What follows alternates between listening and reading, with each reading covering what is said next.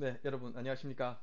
오늘 세 번째 시간인데요. 세 번째 시간이기도 하고 지금 우리 사회에서 일어나고 있는 여러 무력 분쟁들의 특징과 그 원인들을 살펴보는 두 번째 시간입니다. 그래서 오늘 주제는 이러한 전쟁들이 일어나는 원인은 무엇인가? 라는 질문과 관련돼 있습니다.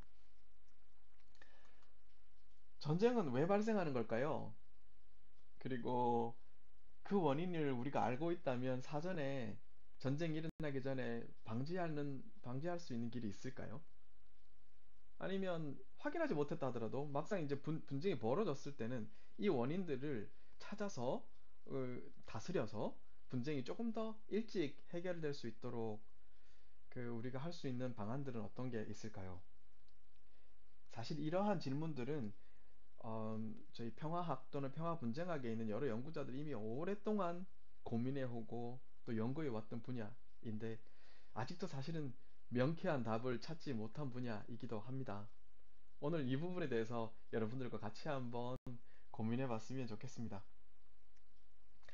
지난번 두 번째 강의를 이미 청취를 하셨던 분들이라면 1990년대 정도 그 초반 또는 1980년대 후반부터 일어났던 우리 국제사회의 다양한 분쟁들이 대부분 다 내전이라는 내전의 형태를 띠고 있다는 걸 기억하실 것입니다.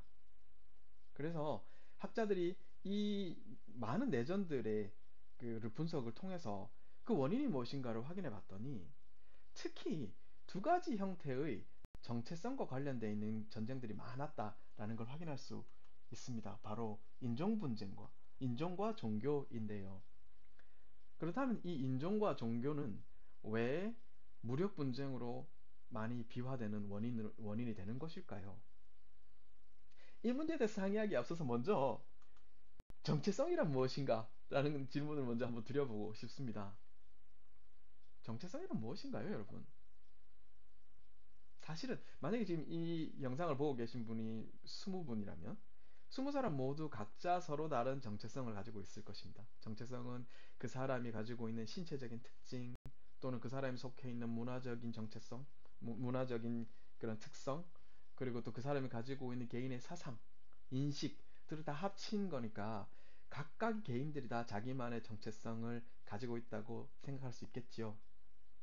그런데 그 중에서 어떤 정체성과 관련된 그런 매개체들이 사람들을 각각의 집단으로 이렇게 묶고 그리고 그 집단들 사이의 갈등을 야기시키고 또 그 갈등이 심각해져서 무력 전쟁까지 이어지게 되는 기제로 작용하는 것일까요?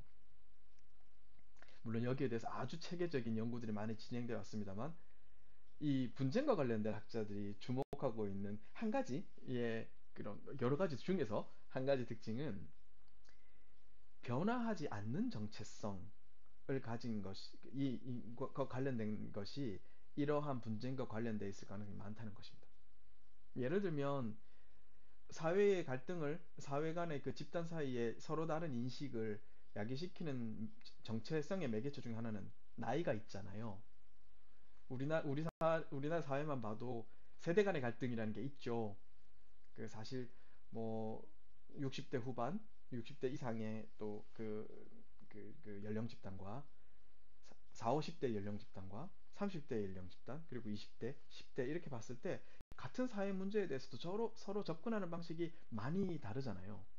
그래서 그, 그 인식의 차이 때문에 여러 가지 형태의 사회 갈등이 야기되기도 하고요. 그런데 사람들은 결국 시간이 지나면 이 자기가 속해 있는 연령 집단이 바뀐다는 겁니다. 그래서 이렇게 자기가 속해 있는 연령 집단의 그런 정체성이 변화할 때는 이러한 매개체가 사회의 심각한 갈등으로 넘어가는, 그러니까 비화되는 매개체로서 작용하는 일은 많지 않다는 거죠. 그래서 이제 이런 측면에서 사람들이 인종과 그 종교를 이렇게 하는 것입니다. 근데 혹시 여러분들 중에는, 어? 종교도 변할 수 있는데? 라고 생각하시는 분들 계시지 않나요? 근데 이제 이런 것이 바로 우리나라 사람들이 우리나라 사회의 그 컨텍스트를 가지고 이 상황을 판단할 때 나타나는 현상입니다.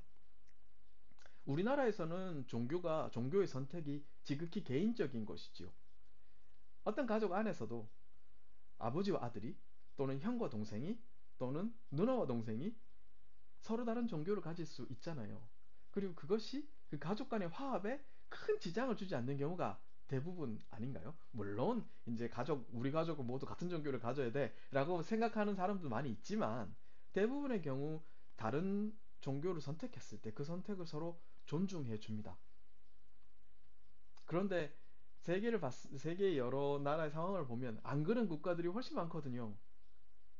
예를 들면 사우디아라비아 같은 경우 어떤 사람이 나는 이제 여기서 더 이상 이슬람을 믿고 싶지 않아. 나는 기독교를 믿겠어라고 공개적으로 천명하고 개종을 이제 시도하고 또 그 기독교적인 정체성을 드러내서 살기 위해서 그 사회가 이미 종교적인 부분과 관련돼서 만들어놨던 많은 사회 프로토콜들을 무시하고 살기 시작한다면 엄청나게 많은 제약에 시달리게 되겠지요. 반대로 또 라틴 아메리카에서 나는 더 이상 카톨릭을 믿고 싶지 않아. 나는 불교 신자할래. 라고 이제 선언하고 그러한 카톨릭과 관련되어 있는 여러 가지 그런 종교적인 행사라든가 또는 사회적인 그런 협의된 그런 행동 패턴이라든가 이런 것과 상관없이 살기 시작했을 땐 또 그 사람이 받는 억압들이 또 상당히 많이 있을 것입니다. 그래서 세상에는 이 종교의 선택의 문제가 개인의 문제가 아닌 사회들이 너무 많이 있어요. 특정 사회의 특정 커뮤니티의 일원으로 태어났을 때는 본인의 의지와 상관없이 그 종교를 하나의 그 사회의 문화의 정체성의 일부로 받아들이고 끝까지 어, 가지고 살아가야 되는 경우들이 더 많은 거죠.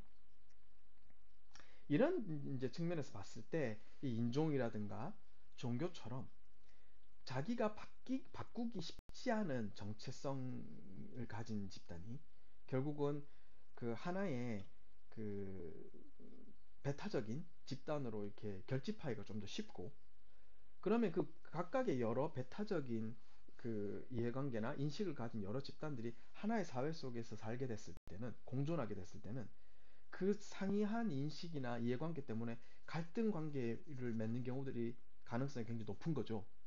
그런데 이 갈등이 계속 반복되다가 특정 매개체들이 이제 그 작용을 하게 됨에 따라서 이 갈등이 어느 순간 무력으로 비화되고 그 무력 갈등이 좀 이제 어느 한쪽에서 이제 그 이제 시작하면 다른 배타적인 집단들은 자기를 보호해야 된다는 명목으로 또 무력 자신들의 그 무력을 강화하게 되고 이것이 또 시너지 효과를 낳게 되면서 원래 있던 집단들도 더 강해지기 위해서 애쓰고 그러다가 어느 순간 그 사회가 이러한 갈등 구조 또는 갈등의 행동 패턴들을 어떤 특정 수위 속에서 이게 유지할 수 있는 수준을 넘어섰을 때 그 사회는 아주 심각한 수준의 무력 분쟁으로 이렇게 비화되는 이렇게 넘어가게 되는 현상들을 우리 자주 볼 수 있습니다.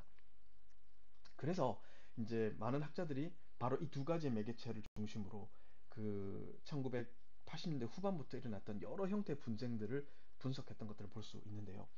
우선 인종 분쟁과 관련해서 살펴보면 그 구유고슬라비아에서 있었던 내전, 체첸에서의 내전, 르완다 학살, 수단에서의 내전, 그리고 스리랑카 내전 같은 경우들은 바로 이 인종적인 차이가 매개체가 돼서 대대적인 그 국가의 총체적인 전쟁으로 비화되었던 경우들이고요. 이 몰도바나 아제르바이잔이나 조지아, 그 러시아 쪽 사람들은 이 나라를 그루지아라고 부르죠. 이런 나라들에서 있었던 무력은 인종을 매개체로 했지만 이게 총체적인 국가 간의 내전으로 국가 안의 내전으로 번지지는 않았고 어느 정도의 그러나 아주 심각한 수준의 그 무력 분쟁들이 발생했던 나라들입니다. 그렇다면 이 인종을 매개로 한 그 내전은 대충 어느 정도의 그 빈도로 발생하고 있는 것일까요? 이와 관련해서 그 데니와 월터라는 학자가 2014년에 그 도출한 자료가 있는데요. 이 그래프를 한번 보시면 여기 있는 이 파란색 그래프는 인종 문제가 개입된 전쟁이고요. 전쟁을 이제 말하는 것이고요. 이 하늘색 그래프는 인종 문제가 배제된, 인종 문제가 관여되어 있지 않은 전쟁의 숫자입니다. 그래서 1940년대 중반부터 2000년대 중반 사이에 전쟁들을 역시 그 1000명이 넘는 숫자, 그 여러분 지난 강의 때 혹시 기억이 나시면 그 카오 프로젝트가 1000명이 넘는 희생자를 낳았을 때 전쟁의 숫자로 관여를 했잖아요. 포함시켰잖아요. 같은 기준을 썼죠. 그래서 그 숫자를 헤아려 봤을 때 대략 한 절반 정도의 그 세계 분쟁들이 인종의 차이와 관련이 있구나라는 부분들을 알 수가 있었습니다. 그렇다면 이제 조금 더 구체적인 사례로 들어가서 인종의 차이가 이제 심각한 수준의 무력 분쟁으로 비화되는 이제 양태를 한번 살펴보도록 하겠습니다. 그래서 제가 이제 준비했던 그 사례가 르완다 대학살인데요. 여러분 혹시 들어보신 적 있나요? 르완다 학살이라고? 이제 이게 1994년도에 약 4월에서 7월에 걸쳐 100일 정도의 기간 동안 100만 명 이상의 희생자를 낳았던 학살인데요. 이 문제를 이제 조금 제대로 이해하기 위해선 우선 르완다에 있었던 인종적인 그 구성을 확인할 수 있습니다. 여기가 이제 그 사하라 이남 지역 아프리카라고 불리는 그 아프리카 중에서 그 남쪽에 있는 대륙 부분 중에 중앙에 이제 위치하고 있는 나라인데요. 그 주변에는 뭐 부룬디도 있고요. 옆에 수단도 있고 뭐 그런 지역인데 그 지역에 특히 투치라는 종족 집단과 후투라는 종족 집단이 공존하고 있는 지역이었습니다.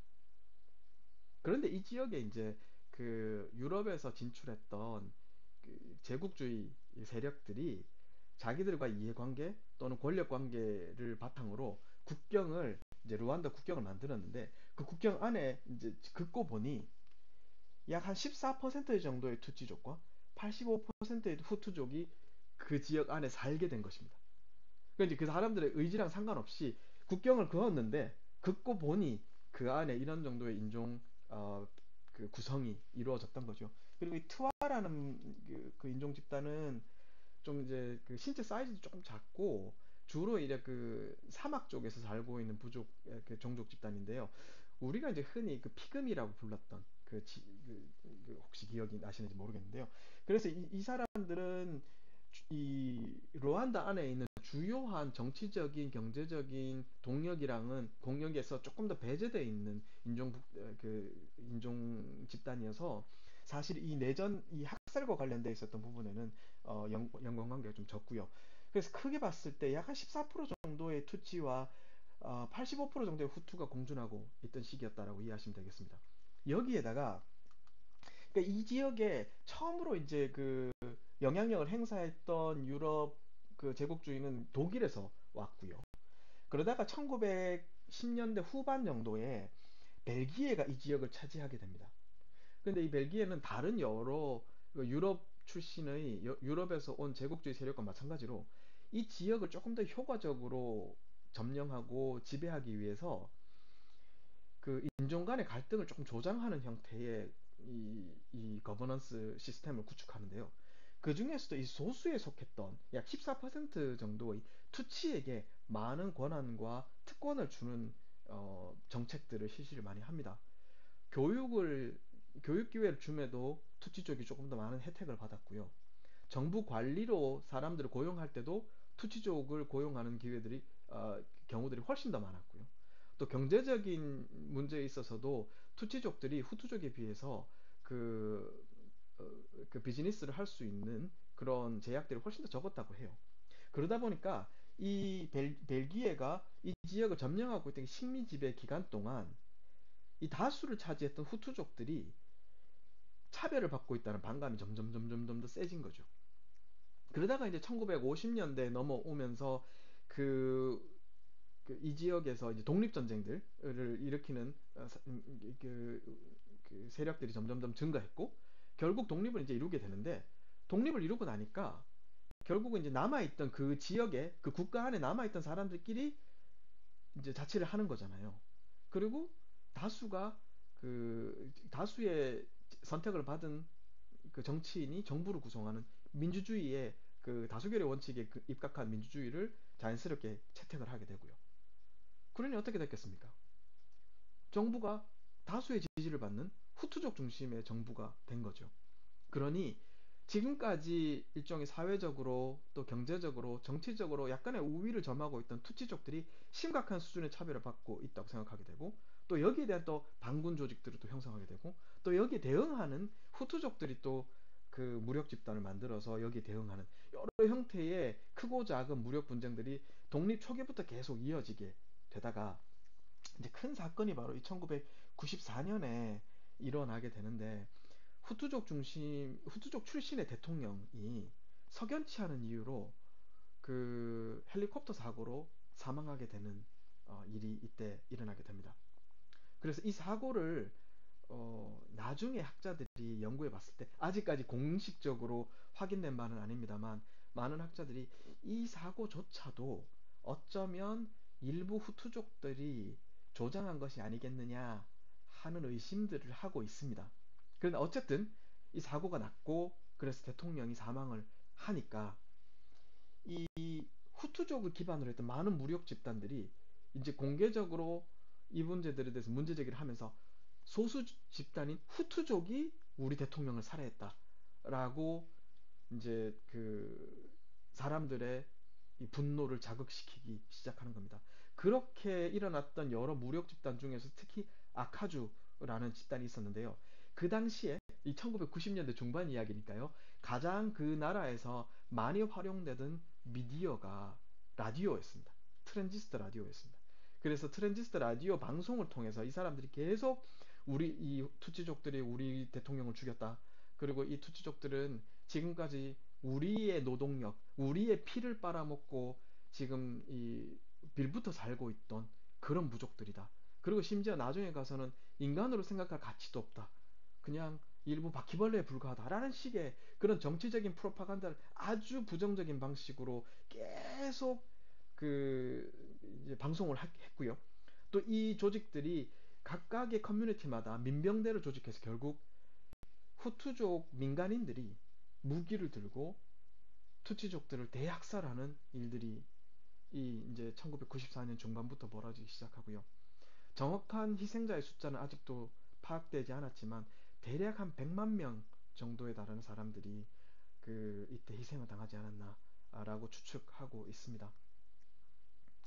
그래서 여러분 이그 내전이 관련된 조금 더 이제 세부적인 사항들이 궁금하신 분들은 인터넷 자료를 찾아보시면 너무 많이 나와 있고요. 그래서 쉽게 확인하실 수 있을 것입니다. 그런데 그럼 사람들이 이제 이러한 이 끔찍한 대학살이 루안다에서 왜 일어났는 것인가? 라는 이제 질문을 가지고 여러 가지 원인들을 파악을 해 봤는데요. 물론 이제 그 이유를 많이 찾을 수 있겠지만 특히 학자들이 주목하는 원인은 이 두 가지입니다. 가장 근본적인 원인으로는 인종적인 차이이지요. 조금 전에 말씀드렸다시피 아주 비대칭적인 두 인종 집단들의 인적 구성, 그리고 그들 사이의 반목, 그들 사이의 서로 다른 이해관계가 이렇게 이해관계가 다른 인종 집단들이 하나의 국가 안에서 공존하게 되면서 야기된, 끊임없이 야기됐던 크고 작은 갈등 관계들이 하나의 중요한 기제고요. 두 번째는 식민 지배 유산인 거지요. 그 국경 자체를 자기들의 그 권력 관계에 따라, 이해 관계에 따라서 이제 만든 것도 그 중요한 요인이지만, 이 벨기에가 끊임없이 이 두 종족 집단들 사이에 갈등을 조장시키고 거의 대놓고 이 투지족을 중심으로 한 이런 여러 가지 지배 방식들을 구사함으로써 후투가 뿌리 깊은 반감을, 이 한편으로는 식민 지배 자체에 대해서 가지지만 다른 한편으로는 이 투치 인종 집단 투치에게도 계속 이 심각한 수준의 반감을 가지게 되는 그런 원인을 제공하게 됐던 것이죠. 그래서 이제 결국은 인종의 차이가 하나의 근본적인 원인이고, 여기에 이제 하나의 연계 요인으로 식민지배 유산이 이제 맞물리면서 이 사회가 결국 치유하기 힘든 수준의 갈등 관계가 이루어졌고, 이것이 아주 그 여러 형태의 캐털리스트, 그러니까 그, 그 이제 촉발제를 이렇게 맞이하게 되면서 심각한 이런 무력 분쟁으로 나타났다라고 결론을 내릴 수 있겠습니다. 이게 사실은 르완다에만 있었던 일은 아니고요. 그 사하라 이남 지역에는 아프리카의 대부분의 내전에 이러한 형태, 비슷한 형태를 볼 수가 있고, 또 유럽에서도 예전에 이제 그 구소련 지역과 그 관련돼 있는 여러 국가들 안에서 서로 다른 인종 집단들이 이와 비슷한 형태의 갈등 관계 속에서 무력으로 비화하는 전쟁을 그 전쟁 그 발달 형태를 똑같이 확인할 수가 있습니다.